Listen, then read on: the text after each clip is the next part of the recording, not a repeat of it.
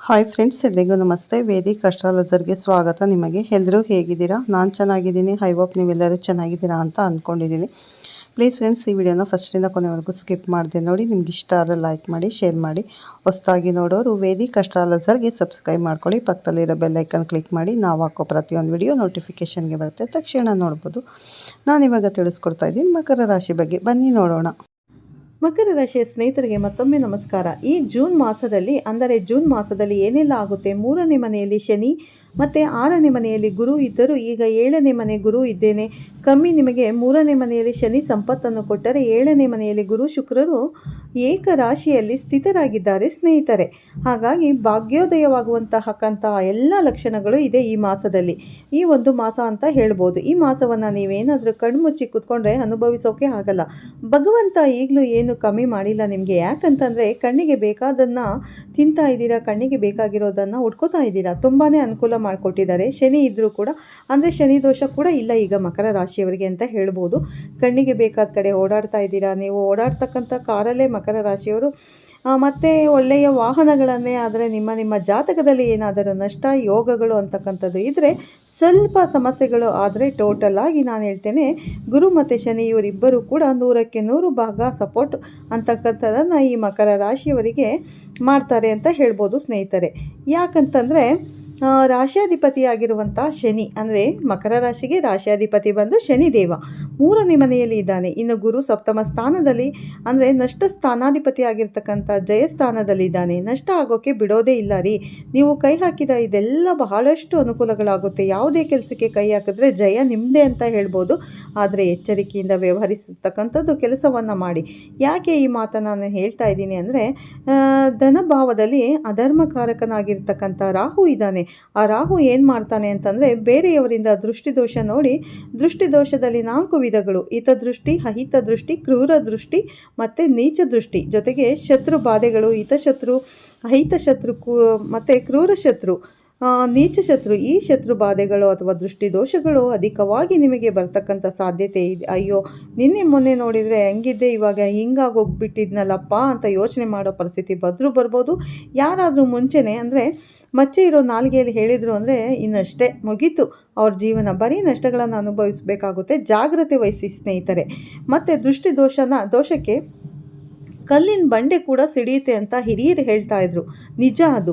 ಅಂತ ದೊಡ್ಡವರು ಅನುಭವಸ್ಥರು ಹೇಳ್ತಾರೆ, ಈಗಲೂ ಕೂಡ ಹೇಳ್ತಾರೆ. ಈ ಮಾತು ಸುಳ್ಳಲ್ಲ, 100ಗೆ 100% ಸತ್ಯ. ಮತ್ತು ಅರ್ಥ ಮಾಡ್ಕೊಳ್ಳಿ, ಎಲೆಮರೆ ಕಾಯಿ ರೀತಿ ಜೀವನವನ್ನು ಮಾಡ್ತಕ್ಕಂಥ ಕೆಲಸವನ್ನು ಮಾಡಿ. ನಿಮ್ಮಲ್ಲಿ ಇರ್ತಕ್ಕಂಥ ಒಂದು ಕೆಟ್ಟ ಬುದ್ಧಿ ಏನು ಗೊತ್ತಾ? ನಿಮ್ಮಲ್ಲಿ ಏನಾದರೂ 1000 ರೂಪಾಯಿ ಇತ್ತು ಅಂದರೆ 10,000 ಇರೋ ರೀತಿ ತೋರಿಸ್ಕೊಳ್ಳೋಕೆ ಮುಂದಾಗ್ತೀರಾ, ಬಹಿರಂಗ ಪಡಿಸೋಕೆ ಮುಂದಾಗ್ತೀರಾ, ಮತ್ತು ಹೆಚ್ಚಾಗಿ ಶೋಕಿಯನ್ನು ಮಾಡಲಿಕ್ಕೆ ಮುಂದಾಗ್ತೀರಾ. ಸಾಲ ಮಾಡಿ ಆದರೂ ತುಪ್ಪ ತಿನ್ನೋಂಥ ದೊಡ್ಡವರು ಏನು ಹೇಳ್ತಾರೋ ಅದಕ್ಕೆ ತಕ್ಕಂತೆ ನೀವು ನಡ್ಕೋತೀರಾ. ಸುಮ್ಮನೆ ಖರ್ಚು ಮಾಡ್ತೀರಾ, ಸುಮ್ಮನೆ ಕಾಸ್ಟ್ಲಿ ಊಟ ಮಾಡ್ತೀರಾ, ಸುಮ್ಮನೆ ಶತ್ರುಗಳ ಮುಂದೆ ಕಾಸ್ಟ್ಲಿ ಬಟ್ಟೆ ಹಾಕ್ಕೊಳ್ಳೋದು, ಆಭರಣ ಹಾಕ್ಕೊಳ್ಳೋದು, ಕಾಸ್ಟ್ಲಿ ಕಾರಲ್ಲಿ ಹೋಗೋದು, ಇವೆಲ್ಲವನ್ನು ಮಾಡಲಿಕ್ಕೆ ಮುಂದಾಗ್ತೀರಾ. ಅದಕ್ಕೆ ಹೇಳೋದು, ಈ ಮಕರ ರಾಶಿಯವರಿಗೆ ದೃಷ್ಟಿದೋಷ, ಶತ್ರು ಬಾಧೆ ಅಂತಕ್ಕಂಥದ್ದು ಈ ಜೂನ್ ಮಾಸದಲ್ಲಿ ಕಟ್ಟಿಟ್ಟ ಬುತ್ತಿ, ಅಂದರೆ ತುಂಬಾ ಆಗುತ್ತೆ ದೃಷ್ಟಿದೋಷ. ಇದರಿಂದ ಏನಾದರೂ ನೀವು ಬಚಾವಾಗಿ ಬಂದರೆ ನಿಮ್ಮನ್ನು ಹಿಡಿಯೋಕ್ಕೆ ಯಾರ ಕೈಲೂ ಸಾಧ್ಯ ಇಲ್ಲ. ಇಷ್ಟು ಜೀವನ ಪರಿವರ್ತನೆ ಅಂತಕ್ಕಂಥದ್ದು ಆಗುತ್ತೆ ಸ್ನೇಹಿತರೆ. ಯಾಕಂತಂದರೆ ನೋಡಿ, ಸೂರ್ಯಚಂದ್ರರಿಗೆ ಗ್ರಹಣ ಅಂತಕ್ಕಂಥದ್ದು ಇಲ್ಲ ಅಂತ ಅಂದಿದ್ರಿ, ಆದರೆ ಅವರನ್ನು ಯಾರು ಕೂಡ ಹಿಡಿಯೋಕೆ ಆಗ್ತಾ ಇರಲಿಲ್ಲ ಅಂತಿದ್ರೆ. ಅಂದರೆ ಸೂರ್ಯಚಂದ್ರನಿಗೂ ಕೂಡ ಗ್ರಹಣ ತಪ್ಪಿದ್ದಲ್ಲ, ಆದರೆ ರಾಹು ಮತ್ತು ಕೇತುಗಳು ಗ್ರಹಣಗಳನ್ನು ಉಂಟು ಮಾಡ್ತಾರೆ. ಜ್ಞಾಪಕ ಇರ್ಬೋದು, ನಾವು ಚಿಕ್ಕ ಮಕ್ಕಳಲ್ಲಿ ವಯಸ್ಸಾಗಿರ್ತಕ್ಕಂಥ, ಅಂದರೆ ತುಂಬ ನಾವು ಚಿಕ್ಕವರಿದ್ದಾಗ ವಯಸ್ಸಾಗಿರ್ತಕ್ಕಂಥವರು ಹೇಳೋರು, ರಾಹು ಕೇತು ಅನ್ನೋ ರಾಕ್ಷಸ ಬಂದು ಸೂರ್ಯಚಂದ್ರನನ್ನು ನುಂಗ್ಬಿಡ್ತಾರೆ ಅಂತ ಹಿರಿಯರು ಹೇಳ್ತಾ ಇದ್ರು. ಆಮೇಲೆ ಅವರು ಈಚೆ ಬರ್ತಾರೆ, ಹೌದಲ್ವಾ? ಹಾಗೆ ಮನುಷ್ಯನಿಗೆ ಕಷ್ಟ ಅನ್ನುವಂಥದ್ದು ಬರುತ್ತೆ. ಇನ್ನು ಮಕರ ರಾಶಿಯವರ ಒಂದು ಭವಿಷ್ಯದಲ್ಲಿ ಏನು ಹೇಳುತ್ತೆ? ಈ ಮಾಸದಲ್ಲಿ ದೃಷ್ಟಿದೋಷ, ಶತ್ರುಬಾಧೆ. ಹಾಗಾದರೆ ನೀವು ಏನು ಮಾಡಬೇಕು? ಹೆಚ್ಚಾಗಿ ನಾನೊಂದು ಮಂತ್ರ ಹೇಳ್ತೀನಿ, ಅದನ್ನು ಬಾಯಲ್ಲಿ ಬಯಟ್ ಮಾಡ್ಕೊಳ್ಳುವಂಥ ಕೆಲಸವನ್ನು ಮಾಡಿ. ಓಂ ಸುದರ್ಶನಾಯ ನಮಃ ಅಂತ, ಅಂದರೆ ನೋಡಿ, ಓಂ ಸುದರ್ಶನಾಯ ನಮಃ ಅಂತ ಈ ಮಂತ್ರವನ್ನು ನೀವು ಜಪಿಸಿ.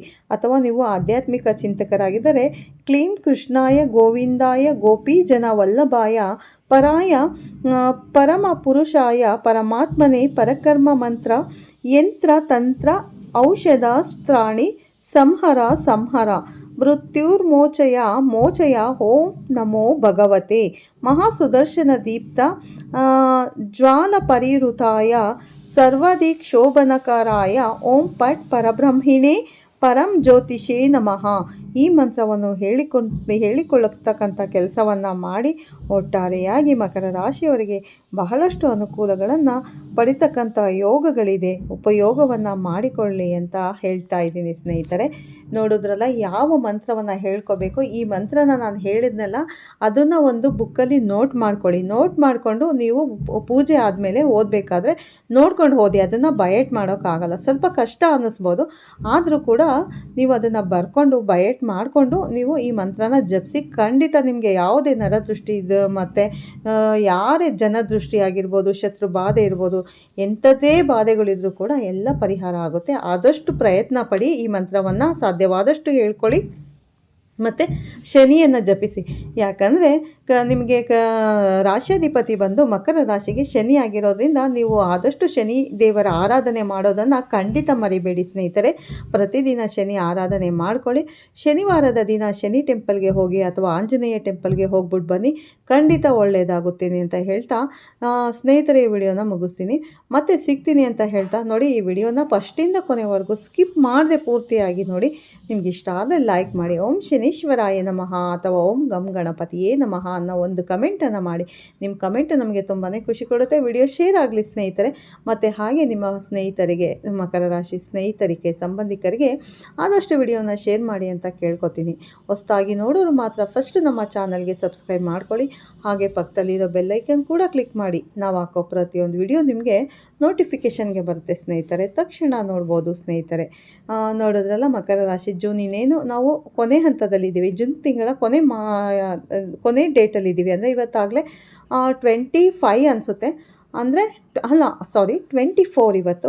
ಆಲೆ ಇನ್ನೇ 6 ದಿವಸ ಹೋದರೆ ನೆಕ್ಸ್ಟ್ ಜುಲೈ ಬರುತ್ತೆ ಸ್ನೇಹಿತರೆ. ಹಾಗಾಗಿ ಈ ತಿಂಗಳ ಕೊನೆ ವಾರದ ಜ್ಯೋತಿಷ್ಯವನ್ನು ನಾನು ತಿಳಿಸ್ಕೊಟ್ಟಿದ್ದೇನೆ.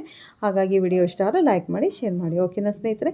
ಮತ್ತೆ ಸಿಗ್ತೀನಿ ನಿಮಗೆ ಉತ್ತಮ ರಾಶಿ ಭವಿಷ್ಯದೊಂದಿಗೆ ಅಂತ ಹೇಳ್ತಾ ಈ ವಿಡಿಯೋನ ಎಂಡ್ ಮಾಡ್ತೀನಿ. ಎಲ್ಲರಿಗೂ ಒಳ್ಳೇದು ಮಾಡಲಿ ಅಂತ ಆ ದೇವರಲ್ಲಿ ನಾನು ಕೂಡ ಪ್ರಾರ್ಥನೆ ಮಾಡ್ತೀನಿ. ಎಲ್ಲರಿಗೂ ಒಳ್ಳೇದು ಮಾಡಲಿ ನಮ್ಮ ರಾಯರು, ಹಾಗೆ ಶನಿದೇವ ಎಲ್ಲರಿಗೂ ಒಳ್ಳೇದು ಮಾಡಲಿ ಸ್ನೇಹಿತರೆ. ಎಲ್ಲರಿಗೂ ಧನ್ಯವಾದಗಳು. ಎಲ್ಲೂ ವಿಡಿಯೋನ ಸ್ಕಿಪ್ ಮಾಡದೆ ನೋಡಿ. ಧನ್ಯವಾದಗಳು. ಮತ್ತೆ ಸಿಗ್ತೀನಿ ಉತ್ತಮ ರಾಶಿ ಭವಿಷ್ಯದೊಂದಿಗೆ ಸ್ನೇಹಿತರೆ.